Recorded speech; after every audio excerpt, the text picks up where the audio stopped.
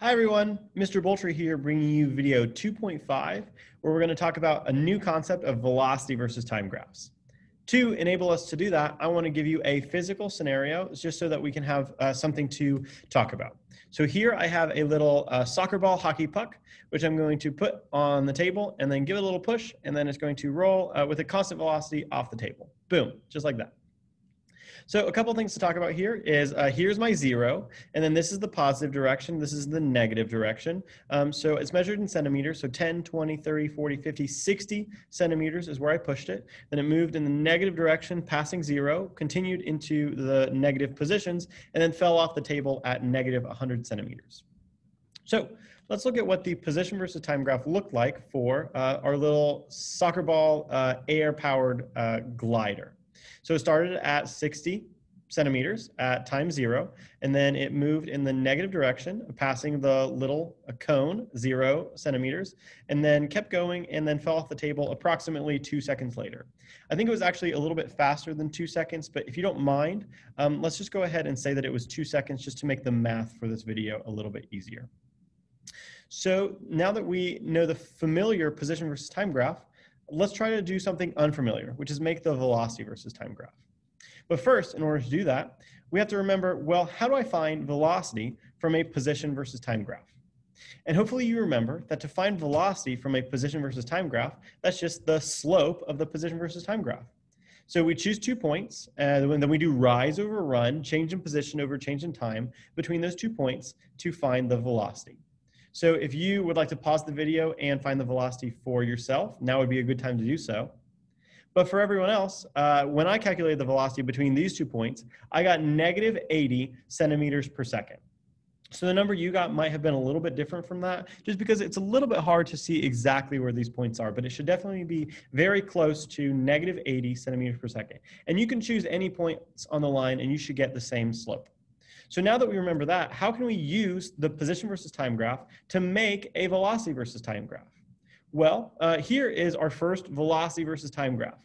And just a couple things that I wanted to point out to you. On the vertical axis, we have velocity in centimeters per second, because we know that velocity is rise over run, centimeters per second. So velocity is going to be change in position over change in time. You'll notice on this velocity versus time graph, I do not have very much room up here in the positive velocities region. And I did that on purpose because I noticed that this line has a negative slope the whole time. Negative, negative, negative, negative, negative. So that lets me know that all of the velocities, when I calculate them, all of the velocities are going to be negative. So I tried to give myself more room down here in the negative velocities region to go with the negative velocities of the little soccer ball.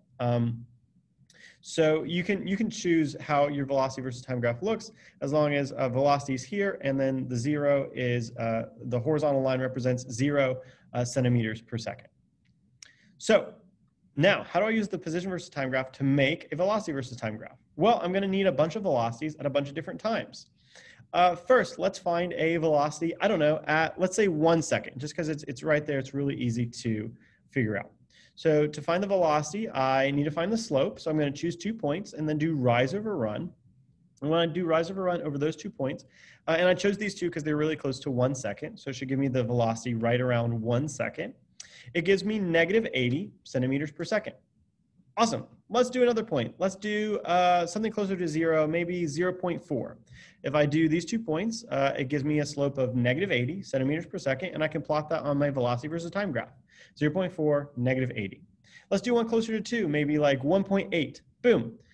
So I find the slope here, negative 80 centimeters per second, and I plot it right away. And for anyone who's not seeing the pattern here, let's do one more. Okay, at 1.4, the slope is again negative 80 centimeters per second. So hopefully you're noticing the pattern is that no matter where I choose 2 points, it could be at the very beginning, the very end, or really close to each other, any 2 points in the line are going to give me negative 80 centimeters per second, because that is one of the properties of a linear line. The slope is constant for the whole time. So if the slope is constant, the velocity is constant. So I can find a whole bunch of different velocities and put a negative 80 here, and a negative 80 here, and a negative 80 here, and a negative 80 here. And when I line up all those negative 80s all in a row, that gives me a line. So this is a line at negative 80 centimeters per second for the whole time. And then you actually don't need to go and do all the work to find all the different points. If you can just remember that if you find 2 points on this line, it should give you a slope of -80, and that's going to be the slope for the whole time. You can just go ahead and draw in your horizontal line right at -80 and save yourself a whole lot of work. So yes, there it is. That's our first velocity versus time graph. Yay. So now that we have a velocity versus time graph, the next question becomes, well, what can we do with this velocity versus time graph? Let's say that it's on quiz 2B, and we're sitting, Mr. Boltri has given us a velocity versus time graph and asked us to answer some questions about it. How do we do that? Well, the first thing, I might ask you, what is the velocity? Let's say, I don't know, what's the velocity at 1.2 seconds? How would you do that looking at the velocity versus time graph? A lot of people might be tempted to find the slope because the slope is the velocity. But remember, that's the slope of a position versus time graph. On a velocity versus time graph, to find the velocity, all we have to do is read it right off the graph. At 1.2 seconds, the velocity is -80 centimeters per second. It's just that easy. What about the speed? Well, remember, velocity is just speed with a direction. So this direction, this left, just means that it's moving 80 centimeters per second to the left. So to find the speed, we just take off the negative because we don't care that it's moving to the left or to the right. We know that the speed is 80 centimeters per second. What if I were to ask you, what is the initial position of the object? What would you say?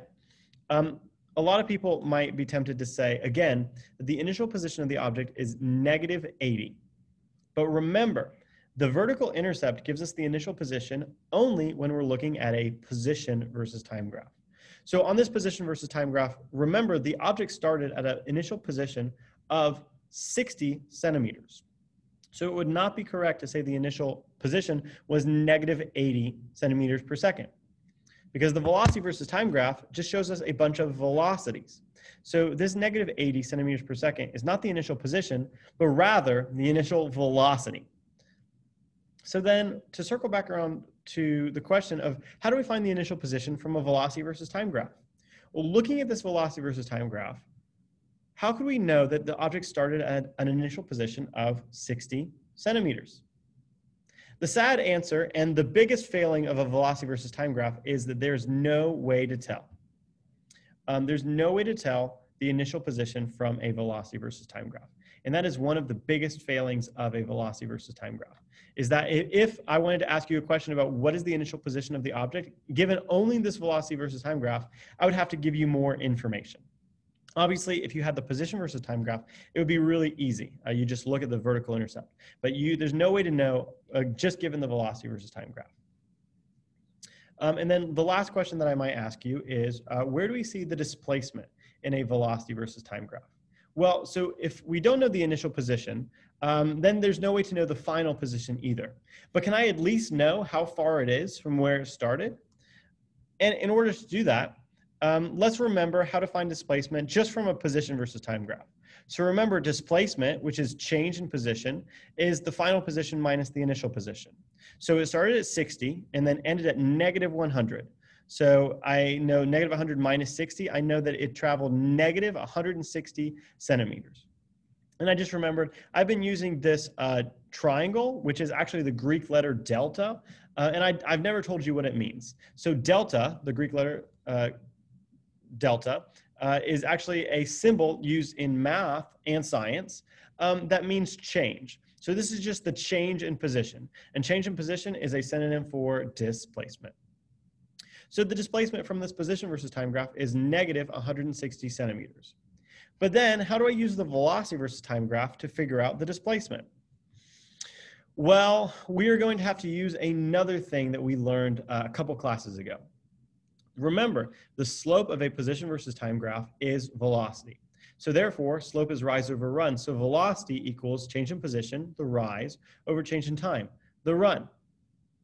So in this equation, we have the displacement and a velocity and a time. So I can do a little math magic, multiply both sides by delta t, or the change in time, and then I get velocity times change in time equals the change in position, which is not a formula that you need to memorize, because all you need to know is that velocity is the slope of a position versus time graph, and then you can do very simple algebra rearrangement. Well, and here I know the velocity is -80, and it's -80 for the whole 2 seconds. So negative 80 times 2 gives me negative 160, which is the same answer that I got over there. But before we get too excited, we should make sure that the units make sense. So the units of negative 80 are centimeters per second, and the units of 2 are seconds. So if we have seconds in the numerator, seconds in the denominator, they're going to divide to equal 1, or cancel basically. And then we're going to be left with negative 160 centimeters. So good. This equation does work to find the displacement from a velocity versus time graph. So in our next class, we are going to do practice problems and talk more about velocity versus time graphs. So make sure you do write down your questions so I can get those answered in our next class. And hopefully the practice will make you feel more comfortable with this new topic of velocity versus time graphs. But for now, this is Mr. Boltri wrapping up video 2.5 on velocity versus time graphs, and go Bears.